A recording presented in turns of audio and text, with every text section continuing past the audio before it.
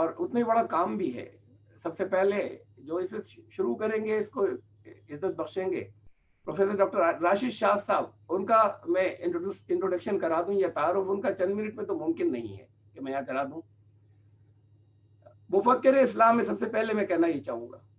اب مفکر اسلام کے نام سے آپ کے ذہن میں جو تصویریں آتی ہیں، ایک نئی تصویر آئے گی ابھی سامنے.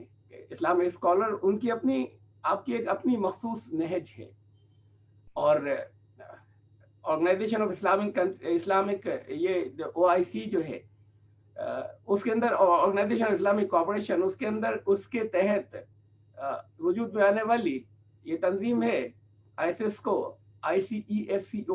Islamic World Educational Scientific and Cultural Organization. اس کے آپ ambassador for dialogue of culture among civilization اس کے ہیں. آپ اس کے لیے ایمبیسڈر ہیں. علی گڑھ یونیورسٹی میں انگلش کے، انگریزی کے پروفیسر ہیں. بہت سی کتابوں کے مصنف ہیں. ایک کتاب کونوا ربانین، یہ لکھ کر مسلمانوں اہل کتاب کے درمیان میں ڈائلاگ کو ایک نیا رخ دیا آپ نے. موناکو میں 2008 میں ڈائلاگ کا فاؤنڈنگ ڈاکیومنٹ پیش کیا.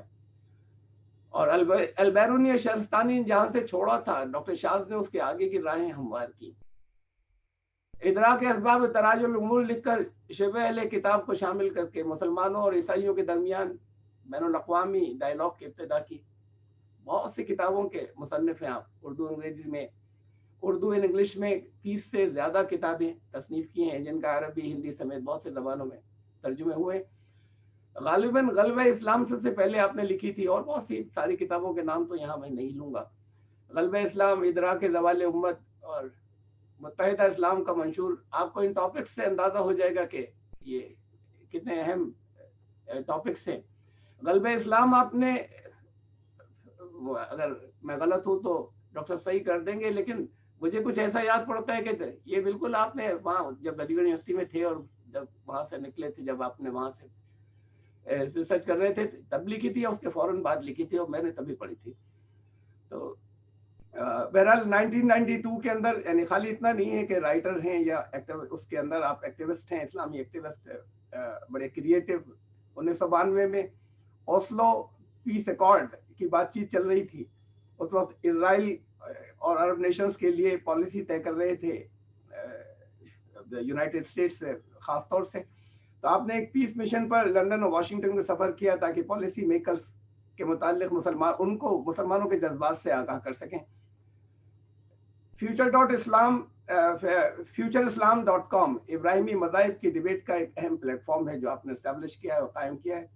اور اس ویبینار کے لیے ایک امپورٹنٹ، ایک اہم کنٹریبیوشن یہ ہے کہ یہ ہمارا جو ویبینار ہو رہا ہے، اس کے لیے ایک بہت اہم امپورٹنٹ کنٹریبیوشن یہ کہ آپ کی منظوری ہمیں بہت دیر سے تو موصول ہوئی، لیکن اگر آپ منظور نہیں فرماتے یہاں تشریف لانا تو یہ ایک آل سید کانفرنس ہو جاتی ہے. سب سید ایک طرف سے لائن لگی ہوئی ہے، تو یہ اتحاد کے بجائے یہ مستمر، تو اتحاد کے بجائے مونوپلی نظر آتی. بات اتحاد کی ہو رہی ہے، تو کم از کم اس مونوپلی کو توڑا. بڑی خوشی ہوئی، آپ کو سب کو خوشی ہوگی. اصل میں تو اتنا کم وقت ہے ویبینار میں، ایسی ہوتا ہے، مجبوری ہے، اس لیے کہ لوگ جو ہیں وہ گھنٹوں ویبینار کے اندر نہیں شریک ہوتے. تو اس ویبینار کے اندر ہم نے 25 منٹس ایچ سارے اسپیکرز کو ٹائم دیا ہے. تو اتنے کم وقت کے اندر ہم جتنی آپ کی نالج ہے اس سے استفادہ کر سکیں گے تو بہرحال ممکن نہیں ہے. لیکن آپ یہ دیکھیں گے کہ کوئی نئی سوچ، ایک نئی فکر مسلمانوں کے زوال سے متعلق اور اتحاد سے متعلق جو کچھ سنیں گے، اس سے آپ کو یقیناً آپ کی جو نالج ہے اس کے اندر اضافہ ہوگا. تو بہت بہت شکریہ آپ یہاں پر تشریف لائے پروفیسر ڈاکٹر راشد شاہ صاحب. اور آپ کا وقت جو ہے وہ 1.5 منٹ اور ہو جائے گا، اسے 5 منٹ پہلے جو ہے ذرا سا بتا دیا جائے گا کہ 5 منٹ رہ گئے. بول کر نہیں، وہ پاپ اپ کرے گا، آپ کے سامنے آ جائے گا. تو آپ جو ہے وہ 1-2 منٹ آپ کے میں پہلے ختم کر رہا ہوں. اور وہاں فیس بک لائیو کے اوپر آڈینس ہیں، اور پھر یہ آڈینس کل تک تقریباً 1 لاکھ لوگوں تک اس کی ریچ ہو جائے گی. یہ اس کا فائدہ ہوتا ہے ویبینار کا کہ یہ بات کو لگاتار لوگ اپنی سہولت سے آ کر پھر پورا دیکھتے ہیں، سنتے رہتے ہیں. تو ہم آپ کو خوش آمدید کہتے ہیں یہاں پر، اور آپ کو سننے کے لیے آڈینس جو ہیں وہ واقعی بہت مشتاق ہیں. جی جناب.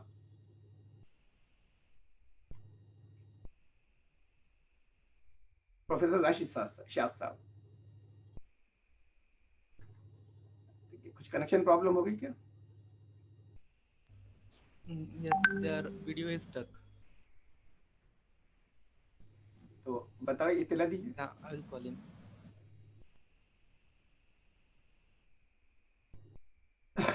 اور 20 منٹ دے دینا, 1 آدھ منٹ دیر سے شروع کریں تو 1 آدھ منٹ دیر سے ختم ہو جائے گا.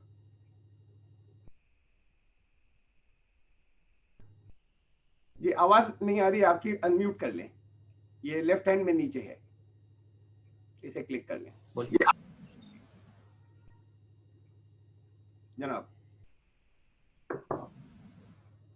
ٹھیک ہے, تو دیکھو انٹرنیٹ کنیکشن انسٹیبل آ رہا. ٹھیک ہے ٹھیک ہے, بسم اللہ. آواز آ رہی؟ جی آ رہی ہے. بسم اللہ الرحمن الرحیم. آواز آ رہی؟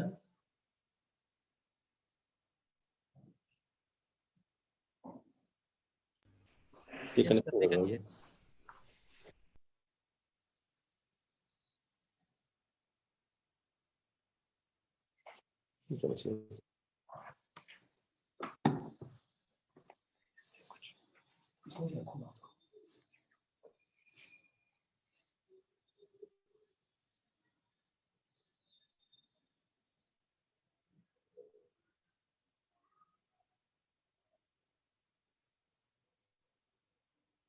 ان کی آواز ہم کو نہیں آ رہی. علامہ صاحب آپ میوٹ ہیں. جی آپ دوبارہ انٹرنیٹ آپ کا ٹھیک ہو گیا, بیچ میں پھر چلا گیا تھا, انٹرنیٹ کنیکشن سلو ہو گیا تھا. اب آپ بول سکتے ہیں. اچھا اچھا, بسم اللہ الرحمن الرحیم. اب آواز آ رہی؟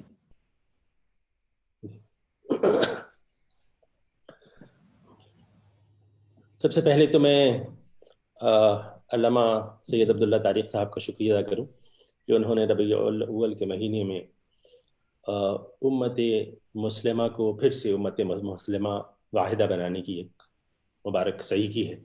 اللہ تعالیٰ اس کوشش کو کامیاب کرے اور قبول فرمائے.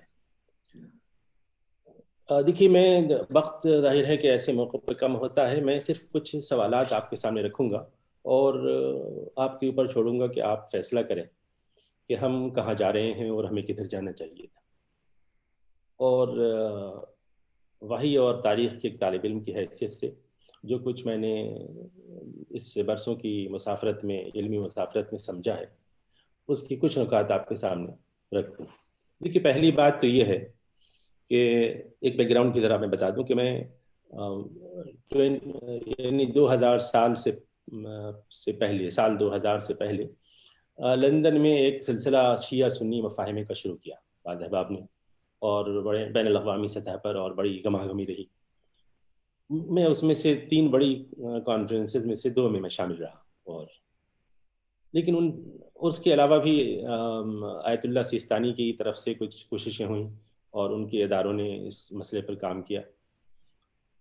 برسوں کی جدوجہد کے بعد یہ اندازہ ہوا کہ کچھ بات آگے بڑھتی نہیں ہے, اور واقعہ یہ ہے کہ دونوں طرف, اہل تشیع ہوں یا اہل سنت والجماعت ہوں, دونوں طرف ایسے لوگ موجود ہیں جن کی دلی خواہش ہے کہ امت متحد ہو جائے, آپسی نزاع ختم ہو جائیں, لیکن عملی طور پر کوئی پیش رفت مدت سے نہیں ہو رہی ہے. تو یہ سوال پیدا ہوتا ہے کہ آخر وجہ کیا ہے کہ ہم چاہتے بھی ہیں کہ ہم ایک ہو جائیں, ہم چاہتے بھی ہیں کہ ہماری جو لڑائیاں ہیں وہ پس پش چلی جائیں, ہم جانتے ہیں کہ ہمارے لیے جو چیلنج ہے وہ بڑا زبردست ہے اور دشمنوں کی الغار ہے, ہم ایک ایسے عہد میں اپنے آپ کو پاتے ہیں. ہم یہ دیکھ رہے ہیں کہ ہمارے ممالک تباہ ہو گئے ہیں اس نظام میں, یعنی آپ یہ دیکھیے کہ عراق تباہ ہو گیا, سیریا تباہ ہو گیا, عالم عرب کا برا حال ہے, لیبیا تباہ ہو گیا, اور جہاں اور مختلف ملکوں میں تباہی جو ہے وہ ایک طرح سے ایسا لگتا ہے کہ جیسے ہم بارود کی دہانوں پہ بیٹھے ہوں. تو آخر وجہ کیا ہے کہ ہم چاہتے ہیں اور پیش رفت نہیں ہوتی. تو وجہ یہ ہے کہ اب تک جتنی کوششیں ہوئی ہیں کہ مفاہمہ ان 2 گروپوں کے درمیان ہو, اس میں یہ مان کر ہم چلے ہیں کہ ہم یعنی سنی رہے گا اور شیعہ شیعہ رہے گا. یعنی یہ جو انحراف ہے ہمارا بنیادی انحراف, کہ جب ہم ایک امت تھے, نہ ہم شیعہ تھے اور نہ سنی تھے, اور 300 سالوں تک ہمارا جو ہماری جو آئیڈینٹی تھی وہ ایک اجتماعی شناخت تھی، جس میں ہمارے جھگڑے بھی تھے، سیاسی مسائل پر ہمارا اختلاف تھا، یہ سب چیزیں تھیں، لیکن امت ایک تھے، ہماری کتابیں مشترکہ تھیں۔ تو سارا قصہ یہ ہے کہ ہم جس شناخت پر اصرار کر رہے ہیں اس شناخت پر جو خدا نے ہمیں نہیں دی۔ خدا نے ہم سے یہ نہیں کہا کہ ہم شیعہ بن جائیں، ہم سے یہ نہیں کہا کہ ہم سنی بنیں۔ تو ہمارا شیعہ اور سنی ہونا خدا کو مطلوب نہیں ہے، لیکن ہمارا اس پر مدت سے اصرار ہے کہ ہم شیعہ بنے رہیں گے، سنی بنے رہیں گے۔ اور یہ جو شناختی، یہ تاریخ کی دین ہے، یہ نزاع کی دین ہے، وہ اس سیاسی اختلاف کی دین ہے۔ تو میں دونوں دھڑوں سے، یعنی میرا خطاب ہے اور میں ان کو مخاطب کرتے ہوئے کہتا ہوں کہ دیکھیے بھائی، جب آپ کو اللہ نے سنی نہیں بنایا اور نہ شیعہ بنایا ہے تو آپ کیوں اس بات پہ مصر ہیں کہ آپ سنی رہیں یا شیعہ رہیں؟ برسوں پہلے کی بات ہے، ہمارے پاس ایک دردمند شیعہ عالم تشریف لائے دہلی کے دفتر میں، جب میں وہاں بیٹھتا تھا، اور انہوں نے کہا کہ میں نے ملی پارلیمنٹ، اس زمانے میں ملی پارلیمنٹ ایکٹیو تھی، انہوں نے کہا کہ میں نے کچھ چیزیں آپ کی دیکھی ہیں اور ہم چاہتے ہیں کہ ہم آپ کے ساتھ مشترکہ طور پہ کام کریں۔ ہم نے کہا کہ اس میں کوئی یعنی بڑی مبارک بات ہے۔ پھر انہوں نے کچھ دیر بعد مجھ سے پوچھا کہ ویسے یہ بتائیے کہ آپ کا مسلک کیا ہے؟ تو اب ظاہر ہے کہ معاملہ ذرا انٹریکیسیز، جب ڈیٹیلز میں بات آئی تو میں نے کہا دیکھیے، میں پیدا تو ایک سنی گھرانے میں پیدا ہوا تھا، حنفی سنی گھرانے میں پیدا ہوا، وہاں تحریک اسلامی کا ایک ہنگامہ تھا اور اس میں میری تربیت ہوئی، لیکن جب میں اپنے مطالعے کے سفر پہ نکلا تو نہ میں شیعہ رہ گیا، نہ سنی رہ گیا، نہ حنفی رہ گیا، اور وہ سب چیزیں پیچھے چلی گئیں۔ تو اب اگر آپ بھی اپنی شیعت ترک کر دیں اور میں اپنی سنیت سے دستبردار ہو جاؤں تو پھر تو کوئی قصہ نہیں رہتا کہ جیسے۔ پھر اس کے بعد وہ گئے تو تشریف نہیں لائے، حالانکہ مطلب یہ کہ بڑا اچھا کام کر رہے ہیں وہ۔ تو اصل قصہ یہ ہوتا ہے کہ ہم ان چیزوں کو ترک کرنے پہ آمادہ نہیں ہوتا جو اللہ کو مطلوب نہیں ہے، جو دین کو مطلوب نہیں ہے۔ اب مسئلہ یہ ہے کہ یہ 300 سال، میں یہ باتیں اس لیے کہہ رہا ہوں کہ میں سمجھ رہا ہوں کہ ہمارے مخاطب جو سننے والے ہیں وہ نئی جنریشن کے، خاص طور پر بچے ہیں، نوجوان ہیں، وہ چاہتے ہیں کہ اس مسئلے سے کو سمجھیں اور اس نزاع سے نکلیں۔ تو میں ان کو سامنے رکھتے ہوئے چند باتیں عرض کرنا چاہتا ہوں کہ دیکھیے، ایک بات تو یہ تاریخی طور پر حقیقت ہے کہ 3 صدیوں تک ہماری کتابیں ایک ہی تھیں۔ اسی لیے آپ دیکھتے ہیں کہ جو روایت کی بنیادی کتابیں ہیں، جس کو آپ سنی مجموعہ کہتے ہیں، سیاہ ستہ ہے، اس میں آپ کو بے شمار ایسی روایتیں ملتی ہیں جو شیعہ موقف کو حق ثابت کرتی ہیں۔ لیکن ہوا یہ کہ 300 سال کے بعد جب دونوں گروپ نے اپنی اپنی کتابیں الگ کر لیں اور گروپ ان کے قرآن کے بجائے ان کتابوں پر جو انسانوں نے ترتیب دی تھی وجود میں آ گئے، تو پھر بعض ایسی کتابیں اور تاریخ کے بعد ایسے ورژن وجود میں آ گئے جن میں دیکھا جائے تو زہر بھرا ہوا ہے، بلکہ جو کتابیں نہیں، میں جن کو کہتا ہوں کہ یہ کتابیں نہیں بلکہ بارود کے پٹارے تھے، اور ان کتابوں نے ہمیں 2 امت میں تقسیم کر دیا۔ ہم باہم متحارب اور متصادم امت بن گئے، اور بحث کا سارا مدار ان کتابوں پر ہو گیا جو انسانوں نے لکھی تھیں، جو انسانوں نے تاریخ مرتب کی تھی۔ اور افسوس اس بات کا ہے کہ اگر ہم طالب علم ہوتے تو ہم ان کتابوں کا تحلیل و تجزیہ کرتے، ہم شیعہ اور سنی کی حیثیت سے ان کتابوں کا مطالعہ نہیں کرتے، تو ہمیں ان راویوں کی کذب بیانیوں کا پردہ چاک کرنا ہمارے لیے آسان ہو جاتا۔ لیکن ہم کرتے کیا ہیں کہ ہمیں اکثر جب ایسا مفاہمے کی کوئی بات ہوتی ہے، شیعہ سنی علماء اسکالرز آپس میں بیٹھتے ہیں تو ان نازک مسائل پر کلام کرنے سے گریز کرتے ہیں، ان باتوں پر جس سے کہ یعنی کہ نفرت کی آگ ایک دوسرے کے دلوں میں جلتی ہے، ہم ان کو ایڈریس نہیں کرنا چاہتے ہیں۔ نتیجہ یہ ہوتا ہے کہ وہ مسائل وہیں رہ جاتے ہیں، اوپر کی کچھ خوشنما باتیں ہوتی ہیں، گوڈی گوڈی باتوں سے بات کچھ آگے بڑھتی نہیں ہے، اور پھر مسائل وہیں رہتے ہیں، امت اسی طرح سے منتشر رہتی ہے۔ تو میری آپ سے گزارش یہ ہے، ہمارے نوجوانوں سے خاص طور پر، کہ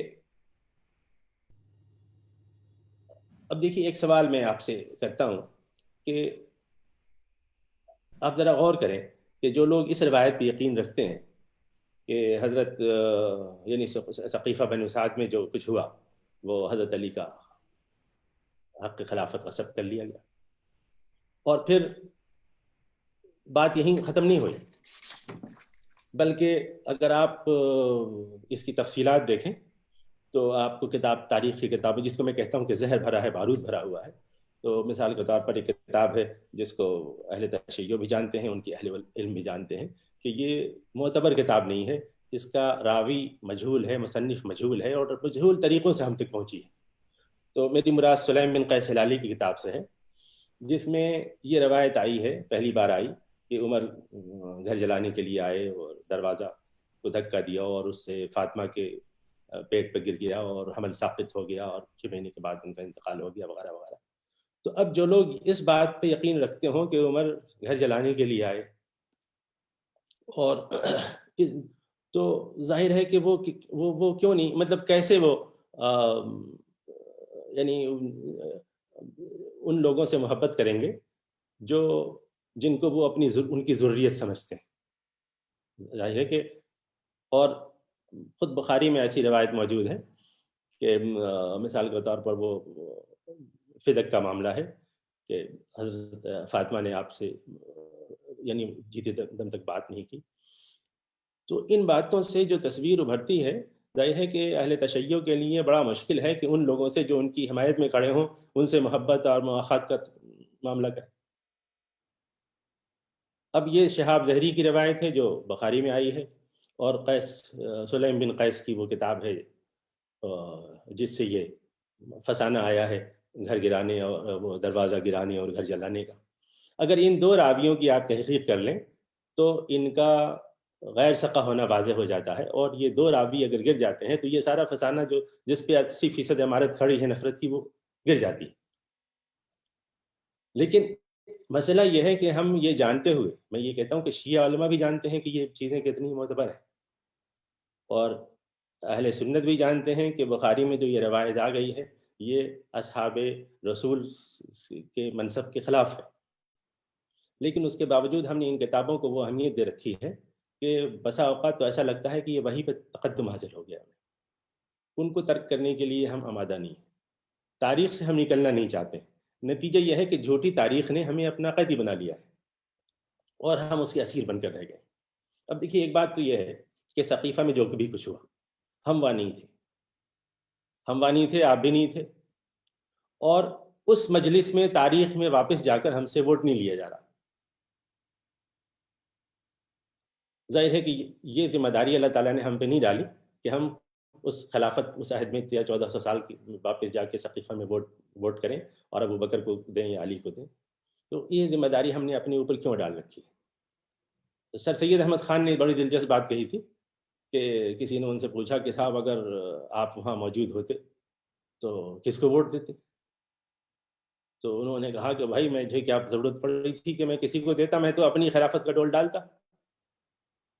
تو بات یہ ہے کہ جس بات کے لیے خدا نے مکلف نہیں کیا، ہم گزشتہ صدیوں سے ہم یہ کوشش کر رہے ہیں کہ ثقیفہ میں جا کر اپنا ووٹ کاسٹ کریں۔ تاریخ میں واپس جانا، تاریخ کو درست کر دینا، یہ ظاہر ہمارے لیے ممکن نہیں ہے، لیکن اس سے ہوا یہ ہے کہ ہم اس تاریخ کے اسیر ہو گئے ہیں جو کہ جھوٹی تاریخ ہے، جس کی تنقید کر سکتے ہیں، اور جس کے محاکمے کے بعد یہ پتہ چلتا ہے کہ نہیں، یہ اصحاب رسول کی سچی تصویر پیش نہیں کرتی۔ اب سارا قصہ یہ ہے کہ اگر خلافت کا حق پہلی نسل کے مسلمانوں نے غصب کر لیا، چلیے بھائی مان لی بات، اتنی بھی مان لی اگر، تو آج اپنے آپ کو ابو بکر اور عمر اور عثمان کی ضروریت بتانے والے کتنے لوگ ہیں اس امت میں؟ ہر شخص تو اپنا سلسلہ علی سے جوڑتا۔ آپ دیکھیں تو پوری امت جس کو ہم اہل سنت کہتے ہیں، یہ تو علی والی سنت، علی والی امت ہے، یہ علی والے لوگ ہیں۔ تو اب تو سارے سلسلے علی تک پہنچتے ہیں، تصوف کے بھی وہیں سے پہنچتے ہیں، اور جو سادات کا سلسلہ ہے جو اپنی فضیلت ثابت کرتا ہے کسی سبب، یہ سب علی سے ہی اپنا رشتہ ناتا جوڑتے ہیں۔ اور پنجتن کی فضیلت اہل سنت بھی اس کے قائل ہو گئے ہیں، تسبیح فاطمہ اہل سنت پڑھتے ہیں۔ اہل سنت کی مجلسوں میں آپ خطبہ جمعہ سنیں تو سیدہ شباب اہل الجنہ کی روایت گونجتی ہے، سیدہ نساء فاطمہ کی روایت وہاں آپ کو سننے کو ملے گی، اس کے بغیر ان کا خطبہ مکمل نہیں ہوتا۔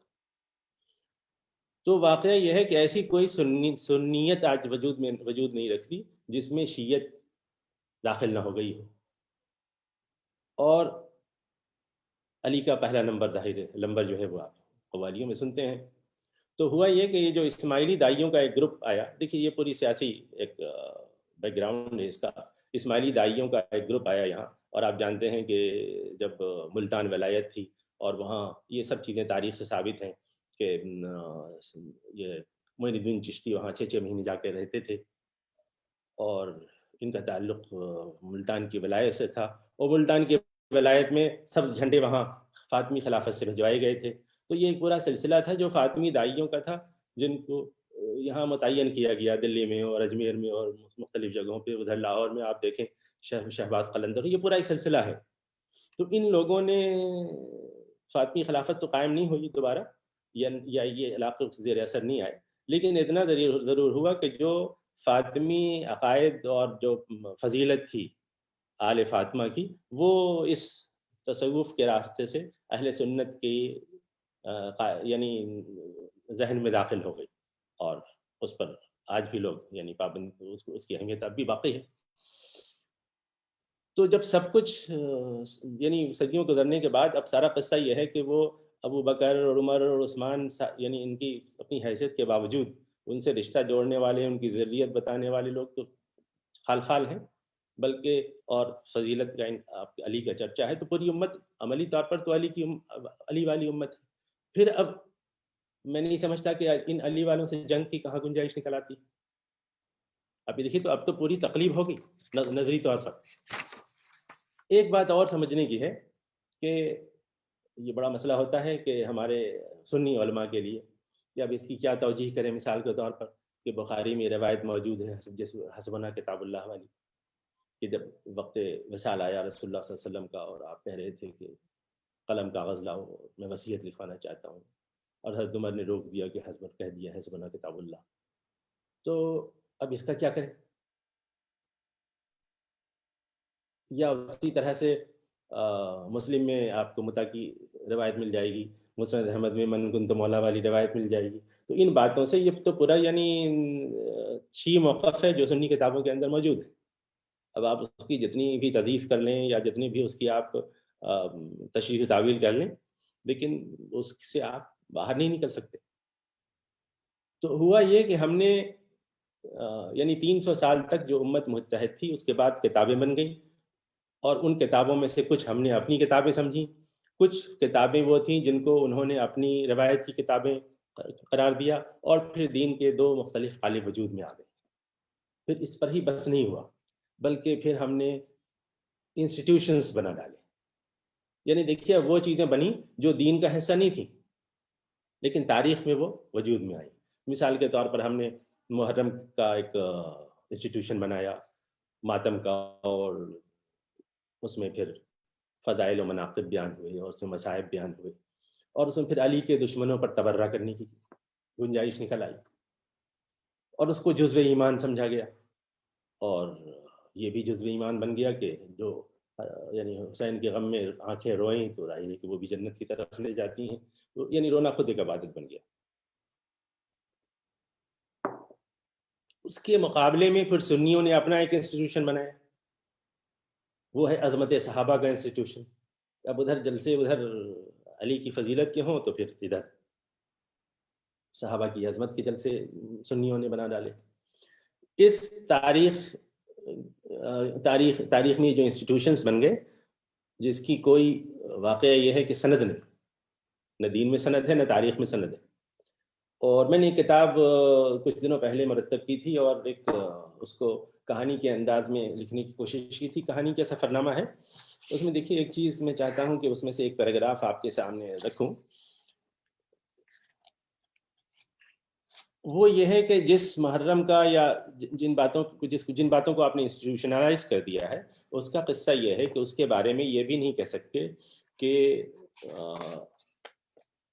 شہادت حسین کا واقعہ کب، کس سال، کس مہینہ اور کہاں پیش آیا۔ کوئی کہتا ہے کربلا میں، کوئی نینوا کی نشاندہی کرتا ہے، کوئی محرم کا مہینہ بتاتا ہے تو کوئی سفر کا، اور بقول صاحب ناسخ التواریخ اس بارے میں بھی اختلاف ہے کہ یہ واقعہ 60 ہجری میں پیش آیا یا 61۔ تو مسئلہ یہ ہے کہ یہ ساری تاریخ جو مرتب ہوئی ہے کربلا کی، جس پر مدار ہے ہمارے اختلاف کا، یہ تقریباً 150-200 سال کے بعد مرتب ہوئی، اور جو کتابیں ہیں وہ سب چاہے وہ کتاب البحر ہوں، چاہے کتاب المعارف ہوں مسلم منقطبہ کی، چاہے انصاب الاشراف ہوں ملازری کی، یا اخبار الطوال ہوں، یا ابو حنیفہ دنیوری کی تاریخ ابن وغیرہ وغیرہ، یعقوبی ہوں یا جد تبری ہوں یا مسعودی ہوں، یہ سب آپ دیکھیں ان کی تاریخ، یہ کتابیں یہ 3ری صدی میں اور بعض 4تھی صدی میں مرتب ہوئی، اور بعض جیسے مقتل حسین ہے تو وہ مقتل حسین کا مصنف تو اس وقت موجود بھی نہیں تھا، پیدائش بھی نہیں ہوئی تھی اس کی، جس میں اس نے بہت ساری گپ شپ لکھ ڈالی۔ تو قصہ یہ ہے کہ کیا یہ ممکن نہیں ہے کہ یہ جو تاریخی بیانات مرتب ہوئے ہیں اور جس نے ہمیں بدقسمتی سے 2 مختلف دھڑوں میں تقسیم کر دیا ہے، ان کا محاکمہ ہو سکے؟ شیعہ ورلڈ میں ایسے علماء یعنی جو روشن خیال علماء ہیں وہ موجود ہیں، مثال کے طور پر خمینی کی بات، ان کے محاکمے کی بات کرتے ہیں، بہار الانوار اور اس طرح کی کتابوں کی، اور جو ان کا آخری خطبہ ہے جو پارلیمنٹ میں پڑھا گیا وصیت کے نام سے، اس کو بھی آپ دیکھیے۔ تو یہ صرف سیاسی موقف نہیں ہے کہ آپ قریب لانا چاہ رہے تھے، لیکن مسئلہ یہ ہے کہ وہاں بھی ان کو شکست اس لیے ہو کہ جو ایک پورا بڑا گروہ ہے علماء کا، دانشوروں کا، اس نے اس کو قبول نہیں کیا۔ اس کی وجہ ایک پورا جو سسٹم ہے مختلف جگہوں پر جو کام کرتا ہے، اس سے معیشت بھی جڑی ہوتی ہے، علماء کا معاش بھی جڑا ہوتا ہے، اور بہت سی چیزیں ہوتی ہیں، تو نہ تو ان کے یہاں اس کو قبولیت مل سکی، نہ اہل سنت کے یہاں۔ لیکن مسئلہ یہ ہے کہ اگر واقعی ہم یعنی طالب علم ہیں اور مخلص طالب علم ہیں وحی کے اور تاریخ کے، تو میں یہ سمجھتا ہوں کہ اگر واقعاً اور اتحاد کا راستہ بھی نکالنا چاہتے ہیں تو ہمیں اس تاریخ کے جال سے نکلنا ہوگا۔ یہ تاریخ وہ ہے جس کی جو غیر ثقہ ہے اور جس کی ثقافت پر ہر جگہ نشان لگائے جا سکتے ہیں، اور واپس ہمیں آنا ہوگا، ہم پناہ لیں یعنی وحی کی روشنی میں۔ دیکھیے، جب ہم کہتے ہیں کہ ایک فرقہ بن گیا تو اس کا مطلب یہ کہ ہم امت سے الگ ہو گئے۔ لہذا میں اگر کہوں کہ اہل سنت والجماعت ہوں تو میں گویا کہ ایک بغاوت کا اعلان کر رہا ہوں۔ دیکھیے، میں بڑا سخت لفظ استعمال کر رہا ہوں، لیکن امر واقعہ یہ ہے کہ جب میں کہوں کہ میں اہل سنت والجماعت میں سے ہوں تو میں امت مسلمہ کا باغی ہوں۔ میں نے اس میں ایک طائفہ بنایا ہے جو رسول اللہ کی اپنی امت سے الگ ہے، جس کی شناخت، اور شناخت الگ ہونے کے لیے اس کی وجہ یہ ہے کہ وہ قرآن مجید کو حکم کے طور پر، آخری لفظ یعنی ورڈ کے طور پر قبول نہیں کرتا، بلکہ اس کا کام چلتا ہے ان کتابوں سے جو اس فرقے کو بنائے رکھنے میں معاون ہے۔ تو یہ بڑی جسارت ہے جو ہم نے کی ہے، اور ہم بدقسمتی سے اس پر یعنی نہ صرف یہ کہ فخر کر رہے ہیں، اور اسی طرح سے دوسرا گروپ جو ہے وہ نہ تو رسول اللہ، آپ ذرا سا پیچھے جائیں تاریخ میں اپنے نوجوانوں سے کہتا ہوں کہ دیکھیے، رسول اللہ نہ سنی تھے نہ شیعہ تھے، بلکہ آپ نے جو امت بنائی اس کو تو آپ محمدی بھی نہیں کہہ سکتے۔ ان کو تو اس بات سے بھی تکلف تھا کہ وہ آپ ایک محمدی امت بنا کے جائیں، اس لیے امت محمدیہ کی اصطلاح آپ کو نہیں ملتی، نہ قرآن میں ملتی ہے نہ حدیث کو۔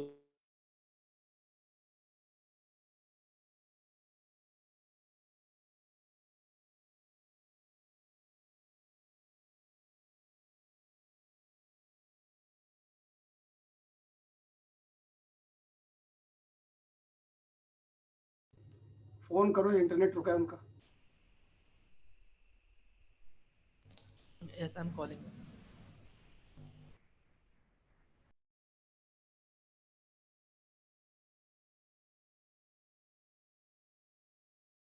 اچھا، آگے اب آواز شاید دوبارہ ہم کنیکٹ ہو گئے۔ جی، تو میں یہ عرض کر رہا تھا کہ جب اس بات کی گنجائش نہیں ہے ہمارے لیے کہ ہم اس یعنی دین حنیف کے علمبردار کی حیثیت کے علاوہ کوئی اور اپنی حیثیت متعین کریں، تو یہ ایک بغاوت ہے جس سے ہمیں تائب ہو جانا چاہیے، اور ہمیں دوبارہ وحی کی دامن میں پناہ لینا چاہیے۔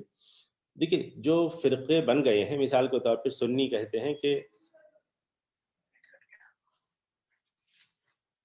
نہیں آ گیا، دوبارہ آ گیا۔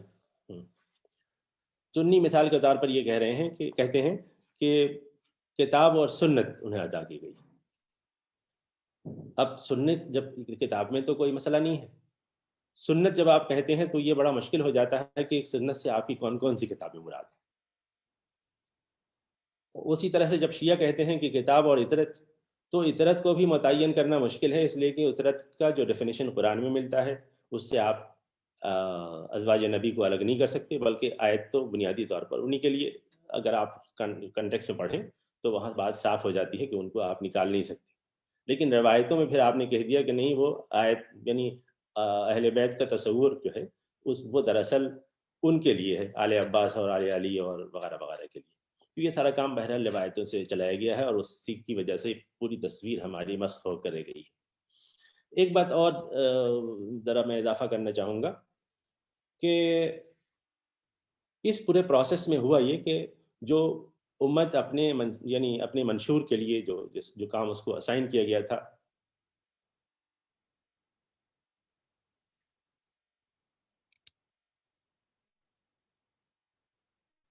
جی اس سے کسی حد تک منحرف ہو گئی. اور اب اگر ہماری خواہش ہے کہ دوبارہ اس خیمے کو ہم منظم کریں اور اس یعنی یہ امت پھر امت دعوت بن جائے اور دنیا کی قیادت اس کے ہاتھ میں آئے، تو اس کے لیے پہلے تو اس کو یہ کرنا ہوگا کہ وہ اپنی صفوں کو منظم کرے اور ان جھگڑوں سے نکلے اور ان شناخت سے نکلے جو اللہ تعالیٰ نے اسے عطا نہیں کی تھی.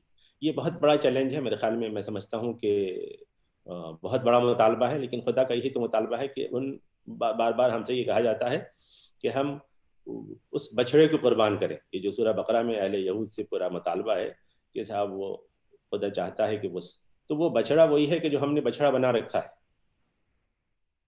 اپنی خواہشات کا اور اپنے جو خیالات کا، اور جو ہم امانی ہیں اس کے ہم اسیر ہو گئے ہیں.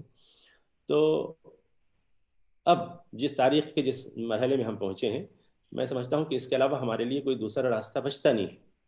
ایک عہد تھا جب لوگوں کی کتابیں، فرقوں کی کتابیں ایک دوسرے فرقوں کو دستیاب نہیں تھی. مثال کے طور پر میں اپنی طالب علمی کے زمانے میں اسماعیلی فرقے کی کتابیں عام طور پر آسانی سے دستیاب نہیں ہوتی تھی، لیکن اب تو اسماعیلی کیا آپ دیکھیں کہ سارے وہ فرقے جو چھوٹے فرقے ہیں جو اپنی کتابیں چھپاتے رہے ہیں، اب سب چیزیں انٹرنیٹ پہ موجود ہیں. تو یہ دور آ گیا ہے، ہم ایک ایسے عہد میں داخل ہو گئے ہیں جہاں سب کچھ ہماری دسترس میں ہے اور ہم اس پوزیشن میں ہیں کہ وحی کی روشنی میں تاریخ پر محاکمہ کر سکیں. اور ہماری نئی نسل کو یہ کام کرنا ہوگا، ورنہ ہم آپس کی نفرت کی آگ میں اسی طرح جھلستے رہیں گے اور ہمارے لیے کوئی جائے پناہ نہیں رہ جائے گی. اب دیکھیے ملک کے ملک تباہ ہو چکے ہیں. اب بھی اگر ہم نے یعنی اپنی اس شناخت پر اثرات جاری رکھا تو میں یہ سمجھتا ہوں کہ ایک بہت افسوسناک پہلو ہوگا. میں ایک کتاب کا ذرا آپ کے سامنے تعارف کرا دینا چاہ رہا تھا کہ یہ اگر کبھی موقع ملے تو یہ دیکھیے ایک سفر نامے کی شکل میں یہ کتاب ہے. پتہ نہیں آپ کو الٹی نظر آ رہی ہے سیدھی؟ ہاں. تو یہ ہے شیعہ سنی مفاہمہ، اور اس کتاب میں دراصل ہم نے ایک طالب علم کی حیثیت سے کوشش کی ہے اس مسئلے کو سمجھنے کی، اور اس کو پڑھنے کے بعد آپ کو شاید یہ محسوس ہو کہ جس سنیت جس مدار پہ کھڑی ہے وہ بھی گر گئی. مثال کے طور پر سنیوں کا جو وضو ہے وہ یعنی جو قرآن کے اپنے وضو سے ٹکراتا ہے اور معارض ہے، تو وہاں آپ دیکھیں گے شیعہ موقف یہاں زیادہ باوزن ہے اور اس کے لیے دلائل موجود ہیں. تو ان کا وضو چلا گیا، ان کی تراویح چلی گئی، اور ادھر شیعہ حلقے میں ان کا ماتم چلا گیا جو وہاں مدار دین ہے. تو یہ تین چیزیں ایسی ہیں جس میں اسے محاکمہ گفتگو ہوتی ہے اور ان کتابوں کی روشنی میں ہوتی ہے. مثال کے طور پر وضو کا مسئلہ ہے تو آپ شیعہ وضو کو جو حق ثابت کرنے والی قرآن مجید کی آیت ہے تو جی مائدہ کی 6 آیت، تو اس کو دیکھیں، اس کی تشریح میں 3 روایت کی سنی کتابیں ابن ماجہ اور ابو داؤد اور نسائی میں اس کی تعبیر ملتی ہے کہ جو طریقہ اہل یعنی تشیع میں رائج ہے وہی حق ہے. تو اگر کوئی میرے پاس کچھ دنوں پہلے ایک صاحب آئے جنہوں نے ریٹائرمنٹ کے بعد دین کا مطالعہ کرنا شروع کیا، اور انہوں نے کہا کہ صاحب مجھے پریشانی ہے اور میں ذرا سمجھنا چاہ رہا ہوں کہ وہ پھر چلا گیا شاید کوئی، اچھا ٹائم وقت شاید ختم ہو گیا ہے یا 1-2 منٹ باقی ہے؟ لے لیں آپ 1-2 منٹ. ہاں 2 منٹ میں ختم ہی کر رہا ہوں، میں تو خاتم پہ آ گیا. تو انہوں نے یہ بات کہی کہ بھائی میں چاہ رہا ہوں کہ ذرا سے اس آیت کو پڑھ دیجیے اور اس کا ترجمہ کر دیجیے. تو میں نے کہا دیکھیے یہاں دو غسل کی بات ہو رہی ہے کہ 2 چیز دھوئیں اور 2 چیز پہ مسح کریں، یہ سیدھی سی بات ہے، قرآن میں تو یہ لکھا ہے. کہنے لگے کہ تو پھر اس کا کیا کریں گے جو ہم لوگ وضو کرتے ہیں؟ تو میں نے کہا کہ بھائی اس کا آپ جو کریں، لیکن جو آپ نے ترجمہ کہا تھا، لیکن انہوں نے کہا کہ جب میں نے ساری ترجمے تلاش کیے، یعنی انگریزی کی اور اردو کے، تو انہوں نے ترجمے میں ہی پیروں کو دھونے کا لکھ رکھا ہے. تو میں نے کہا دیکھیے ان کا مفہوم یہ ہوتا ہے کہ یہ قرآن کا ترجمہ نہیں کر رہے ہیں، بلکہ وہ لکھ دیتے ہیں کہ میننگ آف دا قرآن. انہوں نے قرآن پڑھ کے جو سمجھا ہے اور ان آثار کی اور روایتوں کی روشنی میں اس کا ترجمہ کر رہے ہیں. تو دراصل ترجمے نے پھر یہ مسئلہ پیدا کر رکھا ہے. تو مسئلہ یہ ہے کہ جو چیز سمجھ میں آئے وحی کی روشنی میں، ہمارا یہی چیلنج ہے، اور میں سمجھتا ہوں کہ اسی ہمت کی ضرورت ہے کہ جو چیز آپ کو حق سمجھ میں آئے اس کو قبول کر لیں، اور جو چیز سمجھ میں آئے کہ کمزور ہے، چاہے ہمارے ہی فرقے کی ہو، چاہے ہمارے ہی گھر کی ہو اور ہمارے ہی یعنی مسلک کی بات ہو، اگر وہ کمزور ہے تو اس کو ترک کر دیجیے. تو میں یہ سمجھتا ہوں کہ ہمارا سنی ہونا، آخری بات میں یہی کہوں گا کہ ہمارا سنی ہونا اور ہمارا شیعہ ہونا دونوں، میں سمجھتا ہوں دین مبین میں ایک بڑی بغاوت ہے اور بڑی جسارت ہے جو ہم نے کی ہے اور صدیوں سے کر رہے ہیں، اور بڑے بڑے علماء جو ہیں اس کو انہوں نے انگیز کر رکھا ہے. یہ افسوس کی بات ہے، وقت آ گیا ہے کہ اس بغاوت سے ہم تائب ہو جائیں اور اس خیمے میں واپس چلے جائیں جو محمد رسول اللہ کا خیمہ ہے، جو اصل آئیڈینٹی ہے اور پہلی صدی کا دین ہے، جو عہد رسول کا دین ہے، جب یہ یعنی جو شناخت وجود میں نہیں آئی تھی، جو تقسیم وجود میں نہیں آئی تھی. میں سمجھتا ہوں کہ اس کے علاوہ کوئی اور دوسرا راستہ نہیں ہے جب یہ امت پھر سے اپنے پیروں پہ کھڑی ہو اور پھر سے وہ نتائج پیدا ہونے لگے. میں سمجھتا ہوں کہ ہماری نسل کے مقابلے میں ہماری جو نئی نسل ہے وہ زیادہ اس پوزیشن میں ہے کہ وہ یہ جرأت مندانہ فیصلہ کر سکے. اس لیے کہ ہم نے ابھی حال میں دیکھا اس سال کے شروع میں کہ جب CAA اور NRC کے موقع پر ہماری نسل کے اور ہماری بزرگوں نے اب یعنی سجدریز ہو گئے موجودہ نظام کے آگے. تو اس وقت ہمارے اس نئی نسل نے راستہ دکھایا، اور جب انہوں نے ہمت دکھائی تو پھر ایک نیا راستہ نکل گیا. تو میں سمجھتا ہوں کہ ایسی ہی ہمت کی ضرورت ہے، اور اللہ تعالیٰ کا وعدہ ہے کہ جب آپ اس راستے میں بڑھیں گے تو اللہ تعالیٰ